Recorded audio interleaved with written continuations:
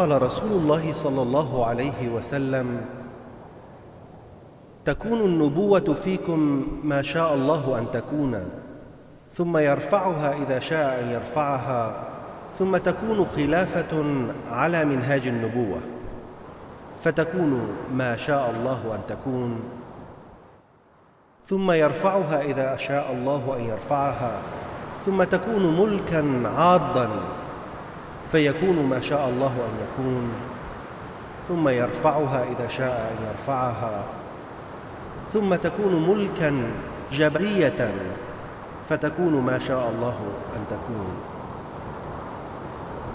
ثم يرفعها إذا شاء أن يرفعها، ثم تكون خلافة على منهاج النبوة. ثم سكت.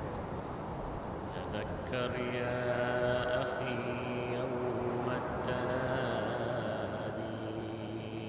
These are the prophetic words of the Holy Prophet Muhammad sallallahu alaihi wasallam 1400 years ago, foretelling 4 distinct periods of Khilafat in the Muslim Ummah. Khilafat on the precepts of prophethood, tyrannical monarchy, monarchical despotism, Khilafat again on the precepts of prophethood.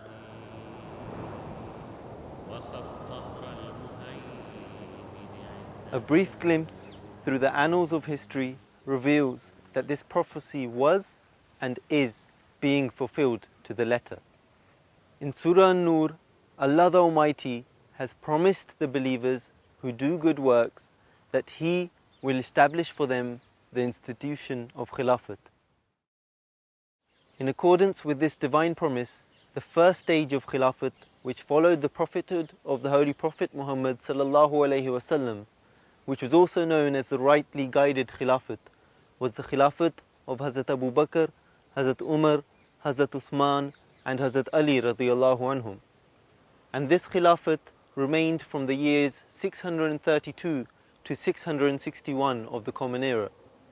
And this was in exact accord with another prophecy, which stated that Khilafat would remain for 30 years. Following this blessed period of Khilafat, the Prophet ﷺ had prophesied another distinct period of Khilafat, which he referred to as Mulkan Aradan. In Arabic, Al-Addu refers to holding something between the teeth, cutting or biting. Therefore, this refers to such a monarchy where the claimants to Khilafat will cut at each other's throats. This period extends from 661 to 1516 of the Common Era. It was commonly understood that there should be only one supreme leader of the Muslim Ummah, and it was said, Al-A'immatu min Quraysh, that the Imam or leader should be from the Quraysh tribe. Therefore, this 855-year period of successorship was inevitably full of leaders from the Quraysh, in other words, Banu Umayyah, Banu Abbas and Bani Fatima. It is said that Banu Umayyah, who ruled from 661 for the establishment of their Khilafat, used such tyrannical means and mercilessly killed on a large scale. This can be seen in the well-known incident of the martyrdom of Imam Hussein radiyallahu anhu, the grandson of the Holy Prophet sallallahu alaihi wasallam, and some 70 members of his family at Karbala by Yazid. حضرت علی کی شہادت 40 ہجری میں ہوئی. اس کے بعد امیر معاویہ کے اقتدار کا آغاز ہوا. حضرت امام حسن ان کے حق میں دستبردار ہو گئے اس شرط پہ کہ آپ کے بعد مسلمان جسے چاہیں گے وہ اپنا حکمران چن لیں گے کنسنسس کے ساتھ. لیکن اس کے بعد اس اصول کو جب فالو نہ کیا گیا تو کربلا کا ایک خونی واقعہ پیش آیا جس میں حضرت امام حسین کی شہادت ہوئی 61 ہجری میں. اور جیسے حضرت صلی اللہ علیہ وسلم نے فرمایا تھا یہ کاٹنے والی بادشاہت ہوگی, اس نے ہمیشہ کے لیے مسلم کمیونٹی کو دو حصوں میں شیعہ اور سنی میں تقسیم کر دیا۔ اس کے ساتھ ساتھ اس دور میں، بنو امیہ کے دور میں، مزید جو ڈویژن ہوئی اس مسلم کمیونٹی میں کہ وہ مسلم مزرائٹ عرب جو تھے، مزرائٹ اور یمنائٹ دو گروپوں میں تقسیم ہو گئے، جن کی آپس میں چپکلش اور لڑائیاں جو تھیں وہ مزید جو ہے وہ ڈسٹرکشن کا باعث ہوئیں۔ اس کا جو کریکٹر تھا بیسیکلی وہ بادشاہت کا ہی تھا کہ صرف بنو امیہ کے حکمرانوں میں سے صرف 3 جو تھے وہ جمعے کے لیے، جمعہ پڑھانے کے لیے آتے تھے، جس میں امیر معاویہ، عبد المالک بن مروان اور حضرت عمر بن عبدالعزیز۔ گو اسلام کے جو پرنسپل تھے وہ ان کو چیلنج نہیں کیا گیا، وہ قائم رہے، لیکن جو اسپرٹ بیہائنڈ دیز پرنسپل تھی وہ ضرور کمپرومائز ہوئی ہے، جس کی وجہ سے، اور اس کے ساتھ ساتھ اس خاندان کے دور میں یہ بھی واقعہ ہوا کہ انہوں نے انکریج نہیں کیا کہ لوگ جو ہیں اسلام قبول کریں، کیونکہ جزیے میں آمدنی میں کمی ہوتی تھی، جس کی وجہ سے یہ ڈسکریج کرتے تھے، اور ان کی اپروچ جو تھی وہ انکلوسیو نہیں تھی، ایکسکلوسیو اپروچ تھی، جس کو حضرت عمر بن عبدالعزیز نے اپنے دور میں ختم کیا۔ چنانچہ بے شمار لوگ جو تھے وہ اس دور میں اسلام کے دائرے میں شامل ہوئے، اور اسپین سے لے کے سندھ تک اس کے شامل تھے، اور ایک بہت بڑا حصہ شامل تھا، اور ان پریسیڈنٹڈ رقبے کے لحاظ سے اور انفلوئنس کے لحاظ سے اور طاقت کے لحاظ سے یہ سلطنت رہی ہے۔ Banu Umayyah's rule remained from 661 to 749. However, as this period of Khilafat was to be a period where claimants to Khilafat would cut at each other's throats, the Khilafat of Banu Umayyah was brought to an end by Banu Abbas in 749. Banu Abbas would also mercilessly kill and slaughter any adversaries to the claim of Khilafat, therefore fulfilling the meaning of this time period of Khilafat, where the claimants would cut at each other's throats. When Abdullah bin Ali entered Damascus, he ordered the killing of the people. For Banu Abbas, after the murder of the last Ummi Khalifa Marwan bin Muhammad in Busayra, the wiping out of Banu Umayyah was of the essence. Abdullah bin Abbas killed a group of Banu Umayyah in Basra and left the bodies en route and prohibited their burial. Dogs fed on these carcasses for months. Another Abbasi, Daud bin Ali, picked out every Umayyad in Makkah, Medina, Hijaz and Yemen and killed them all, leaving none behind. This time period was clearly one of the claimants to Khilafat cutting at each other's necks.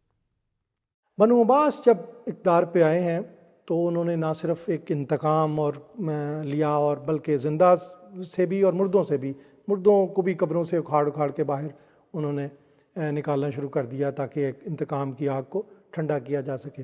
ابو العباس نے اپنے ابتدائی جو اپنا خطبہ اس نے دیا، اس میں اس نے یہ کہا کہ یہ ہمارے خاندان میں جو خلافت تھی اس کا حق مل گیا ہے، اور اب حضرت عیسیٰ کی آمد تک یہ جو ہے نزول تک یہ ہمارے خاندان میں رہے گی۔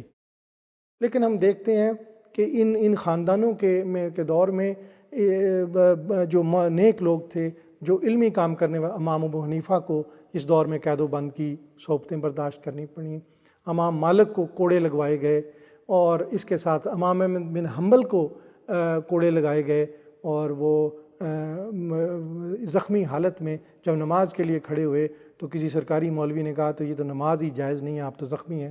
تو اس طرح کے یہ چیزیں ساتھ ساتھ چلتی رہیں، لیکن بہرحال ایک جو پرنسپل آف اسلام تھے وہ تھے، کسی کو کوئی چیلنج نہیں کر رہا تھا، تو جو نیک روحیں تھیں اپنا کام کرتی رہیں۔ Banu Abbas ruled over Baghdad from 749 to 1258, and then in Egypt from 1261 to 1516. ان کے اندر بھی جو تھے وہ ایک بہت بڑا فیکٹر آ گیا کہ انہوں نے عربوں کو بالکل ایکسکلیوڈ کر دیا، اور ترکوں کو المعتصم باللہ کے بعد ترک زیادہ تر شامل کیے گئے، جس کی وجہ سے جو ان کا حکمران تھا وہ بالکل ان کے درمیان رہ گیا، ایک جیسے 32 دانتوں میں زبان ہوتی ہے اس طرح وہ بن کے رہ گیا، اور آہستہ آہستہ یہ جو خلافت تھی وہ یہ جو بادشاہت تھی ویک ہوتی چلی گئی، اور بعد میں 1517 میں یہ سلطان سلیم اول نے جب مصر پہ حملہ کیا ہے تو پھر یہ جو آخری جو تھا عباسی خلیفہ وہ ان کے ہاتھ میں دستبردار ہو گیا، تو یہ پھر عثمانی حکمران میں خاندان میں یہ منتقل ہو گئی ہے۔ The third period of Khilafat has been referred to by the Holy Prophet Muhammad sallallahu alaihi wasallam as Mulkan Jabriyah, meaning rebellious, strong and despotic monarchy. This was fulfilled in the Osmani Turkish monarchy. This was a strong despotic monarchy which gained power over Egypt and established Islamic monarchy in a non-Arab and non-Qurayshi people. Sultan Salim Khan Osmani gained victory over Persia, Egypt and Iraq, and he also gained victory over Arabia, creating a despotic Osmani monarchy by wiping out the Abbasi Khilafat in Egypt in 1516. It is from the Abbasi Khilafat that the title of Khalifa was transferred to the Osmani monarchy. منگولوں کے فتنے سے ایک کئی مسلمان جو تھے وہ ان کو اپنے علاقے چھوڑنے پڑے، اس میں سے ایک عثمانی خاندان بھی تھا، اور یہ جب اناطولیہ کے علاقے میں اسے سلجوق سلطان نے مقرر کیا 1299 میں، یہ چھوٹا سا علاقے میں انہوں نے اپنی چھوٹی سلطنت قائم کر لی، اور اس میں 1517 میں اس نے مصر پہ جب سلطان سلیم نے قبضہ کیا تو پھر وہاں سے جو ایک اسپرچول مسلمانوں کا ہیڈ تھا عباسی، تو اس سے وہ اعزازات جو تھے وہ وابستہ جو تو خلافت کے ساتھ جو تھے وہ لے لیے، اور اس طرح اسپرچولی عثمانی حکمران جو تھا وہ اس نے دعویٰ، لیکن انہوں نے سلطان خادم حرمین شریفین کا لقب اختیار کیا، تو ان کو یہی کہا جاتا رہا خادم حرمین شریفین۔ تو وہ اس کے بعد جو مسلمانوں میں 3 بڑی سلطنتیں ابھری ہیں، عثمانی یہ ترک میں، اور صفوی ایران میں، اور ہندوستان میں مغل خاندان، یہ 3 پھر لیکن کوئی سینٹرائز پاور نہیں ہے۔ عثمانیوں کا دعویٰ جو تھا وہ صفوی چونکہ شیعہ تھے وہ تسلیم نہیں کرتے تھے، اور مغل جو تھے وہ بھی تسلیم نہیں کرتے تھے، لہٰذا یہ 3 بڑی پھر سلطنتیں مسلمانوں میں یہ چلتی رہی ہیں۔ Hence, this third stage of despotic monarchy began in 1516 and remained until the abrogation of Khilafat in 1924. یہ عثمانی حکمران اس کو پولیٹیکلی ایکسپلائٹ کر رہے تھے، کیونکہ وہ جیسے کرسچن ورلڈ جو تھی پوپ کے نام پہ ان کے علاقے میں انکروچمنٹ کر رہی تھی عیسائیوں کے لحاظ سے، لہٰذا انہوں نے اپنا کلیم آگے کاؤنٹر ٹیکٹک کے حوالے سے بڑھانا شروع کیا، تو وہ پھر اس کے نتیجہ یہ ہوا کہ کلیش میں وہ شامل ہو گئے، فرسٹ ورلڈ وار ہوئی، اور اس کے بعد یہ شکست ہو گئی، اور مصطفیٰ کمال پاشا کی قیادت میں پھر نئی ایک آغاز ہوا، اور 1922 میں اس نے اس عثمانی حکمران کو معزول کر دیا۔ بالآخر 1924 میں اس نے خلافت کو بالکل انسٹیٹیوشن کو ختم کر دیا پورے عالم اسلام میں۔ 1924 میں یہ انسٹیٹیوشن جو تھا وہ نام جو تھا، پہلے نام جو لیا جاتا تھا وہ ہمیشہ کے لیے وہ وہاں سے ختم ہو گیا۔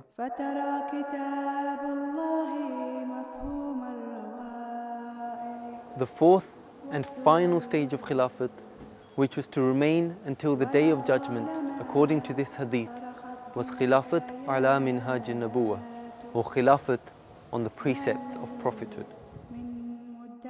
When the time for this Khilafat came and began in 1908, after the demise of the promised Messiah alayhi salam, the Osmani Khilafat of Turkey began to weaken and slowly dissolve. In the year the promised Messiah alayhi salam laid the foundations of the Jamaat in 1889, the progressive university students established an association by the name of the Young Turks. Due to their demands, the Khilafat began to weaken and lose its power. The demands strengthened, and on the 13th of May 1908 in Turkey, the Committee of Union and Progress gave a notice to the Sultan, which threatened the end of his power. Hence, on the 24th of July 1908, the titles of Khalifa and Sultan were separated. Khilafat weakened, and after the First World War, after the Osmani Khilafat had lost most of its power, Ataturk Mustafa Kemal announced the end of the Osmani Khilafat on the 3rd of March 1924. It is interesting to note that the promised Messiah alayhi salam also foretold of this gradual end to the Turkish Empire when he was visited by an ambassador from Turkey by the name of Hussein Kami. On the 27th of May 1908, Khilafat on the precepts of prophethood was once again established, and it is through this Khilafat that the true teachings of Islam and the Holy Prophet ﷺ are once again to be revived and disseminated in the world. Ashhadu an la ilaha illallah wahdahu la sharika lahu wa ashhadu anna Muhammadan abduhu wa rasuluhu. Ashhadu an la ilaha illallah. It is this Khilafat that will, God willing, remain forever.